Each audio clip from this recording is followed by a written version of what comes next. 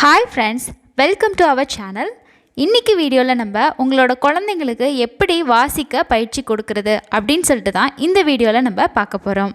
First point, குழந்தைங்களுக்கு எப்போ இருந்தனாலும் நம்ம ரீடிங் ப்ராக்டிஸ் ஸ்டார்ட் பண்ணலாம்.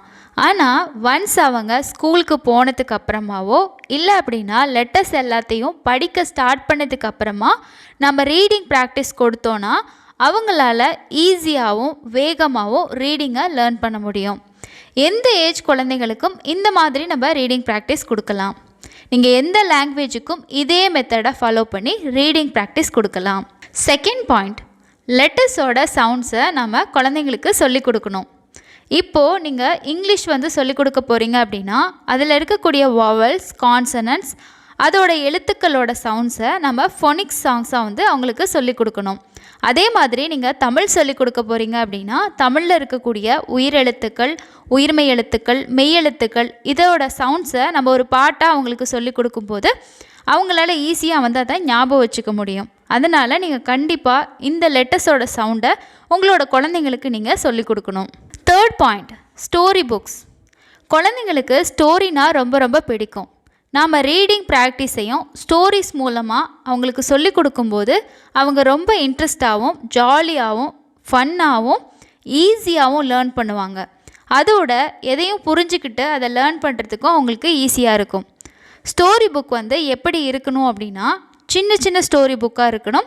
அதே சமயத்தில் அந்த ஸ்டோரி புக்கில் நிறைய பிக்சர்ஸ் இருக்க மாதிரி நம்ம சூஸ் பண்ணணும். அதில் இருக்கக்கூடிய ஃபாண்ட்ஸ், அதாவது எழுத்துக்கள் எல்லாம் பெருசாக இருக்கணும், வார்த்தைகள் எல்லாம் சின்ன சின்னதாக இருக்கணும், அண்ட் சென்டென்ஸும் ரொம்ப சின்ன சின்னதாக இருக்கணும். இந்த மாதிரியான ஒரு ஸ்டோரி புக் மூலமாக அவங்களுக்கு நாம் ரீடிங் சொல்லிக் கொடுக்கலாம். Fourth point, reading practice. குழந்தைங்கள ஒரு கம்ஃபர்டபுளான ஒரு இடத்துல இல்லைனா அவங்க மடியில் உட்கார வச்சுக்கிட்டு அவங்கக்கிட்ட ஒரு ஸ்டோரி புக்கை கொடுத்து அந்த புக்கில் இருக்கக்கூடிய பிக்சர்ஸை பார்த்து ஃபஸ்ட்டு அவங்களால என்ன சொல்ல முடியுது அப்படின்றத நீங்கள் பேச வைக்கணும். இல்லை அவங்க எதை சொல்ல மாட்டேங்கிறாங்க அப்படின்னா நீங்கள் என்ன பண்ணணுன்னா அந்த பிக்சர்ஸ் ரிலேட்டடான கொஷின்ஸ், அதாவது இதில் என்ன பண்ணுறாங்க, அந்த பிக்சரில் என்ன நடக்குது அப்படின்றத கொஷனாக உங்களோட குழந்தைகிட்ட கேட்டு அவங்கள நீங்கள் பேச வைக்கணும். அதுக்கப்புறமா அதில் இருக்கக்கூடிய வேர்ட்ஸை நீங்கள் ஃபிங்கரை வச்சு தொட்டு தொட்டு ஒவ்வொரு வார்த்தைகளாக நீங்கள் சொல்லி கொடுத்து அவங்களையும் திரும்ப அதை சொல்ல வைக்கணும். ஃபிஃப்த்து பாயிண்ட் என்ன அப்படின்னா ஃப்ளாஷ் கார்ட்ஸ். ஃப்ளாஷ் கார்ட்ஸில் பிக்சர்ஸ் இருக்கணும். அதோட அந்த பிக்சரோட நேமும் அந்த ஃப்ளாஷ் கார்டில் இருக்கணும். நம்ம இந்த ஃப்ளாஷ் கார்ட்ஸை யூஸ் பண்ணி அவங்களுக்கு நிறைய ஃபன் ஆக்டிவிட்டீஸ் கொடுக்கலாம். ஃபார் எக்ஸாம்பிளுக்கு அதில் இருக்கக்கூடிய இமேஜை ஷோ பண்ணி நம்ம அதோட பேர் என்ன அப்படின்னு சொல்லி கேட்கலாம். இல்லை அப்படின்னா அதில் கலர்ஸ் ஏதாவது இருக்குது அப்படின்னா நம்ம அந்த கலர்ஸை வச்சு அவங்கள அந்த நேமை நம்ம ஐடென்டிஃபை பண்ண வைக்கலாம். அதே சமயத்தில் அந்த நேம் அவங்க ஐடென்டிஃபை பண்ணும்போது அதோட ஸ்பெல்லிங், அதை எப்படி ரீட் பண்ணுறது அப்படின்றதையும் அவங்க ஈஸியாக கற்றுக்குவாங்க. இந்த மாதிரி ஃப்ளாஷ் கார்டு மூலமாக நம்ம யூஸ் பண்ணும்போது அவங்களோட மெமரியில் அந்த வேர்ட்ஸ் நல்லாவே செட் ஆயிரும். ரீடிங் பண்ணும்போது அந்த வேர்டை அவங்க திரும்ப பார்த்தாங்கன்னா ஈஸியாக அவங்களால அதை ரீட் பண்ணக்கூடியதாக இருக்கும். Sixth point, sight words. ரீடிங்க்கு ரொம்பவே ஹெல்ப் பண்ணும். சைட் வேர்ட்ஸ்னால் என்னென்னா சின்ன சின்ன வார்த்தைகளை ஒரு ஒயிட் பேப்பரில் நீங்கள் எழுதி உங்களோட வீட்டில் ஒரு வாலில் நீங்கள் பேஸ்ட் பண்ணி வைக்கணும். அதுக்கப்புறமா அந்த வேர்ட்ஸை டெய்லியும் உங்களோட குழந்தைக்கு காட்டி அதை நீங்கள் சொல்லிக் கொடுக்கணும், எப்படி ரீட் பண்ணுறது அப்படின்றது.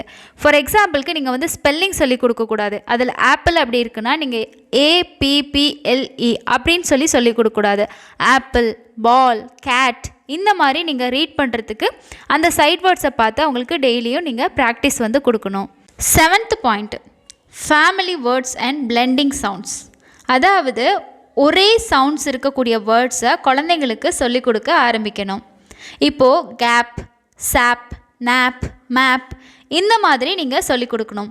இதுவே நீங்கள் தமிழில் சொல்லிக் கொடுக்குறீங்கன்னா ஆசை, ஓசை, இசை இந்த மாதிரியான வார்த்தைகளை நம்ம பேசும்போது இல்லைனா எழுதி அவங்களுக்கு சொல்லிக் கொடுக்கணும். Eight point, magnetic letters and cubic letters.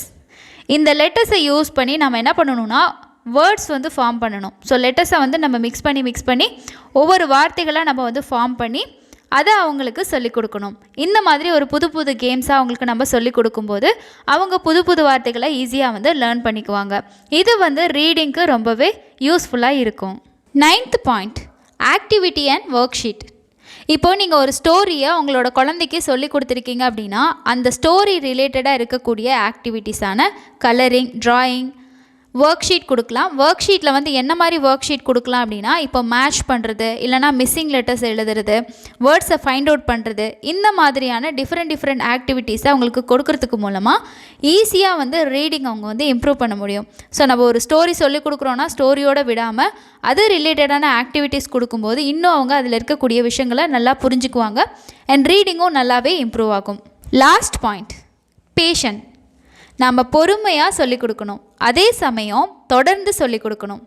Daily ஒரு 10 நிமிஷம் ஸ்டோரி புக் அவங்க கிட்ட கொடுத்து அதை ரீட் பண்ண சொல்லணும். அதே மாதிரி நம்ம வாலில் பேஸ்ட் பண்ணி வச்சுருக்கக்கூடிய அந்த சைட் வேர்ட்ஸை அவங்கள ரீட் பண்ண சொல்லணும்.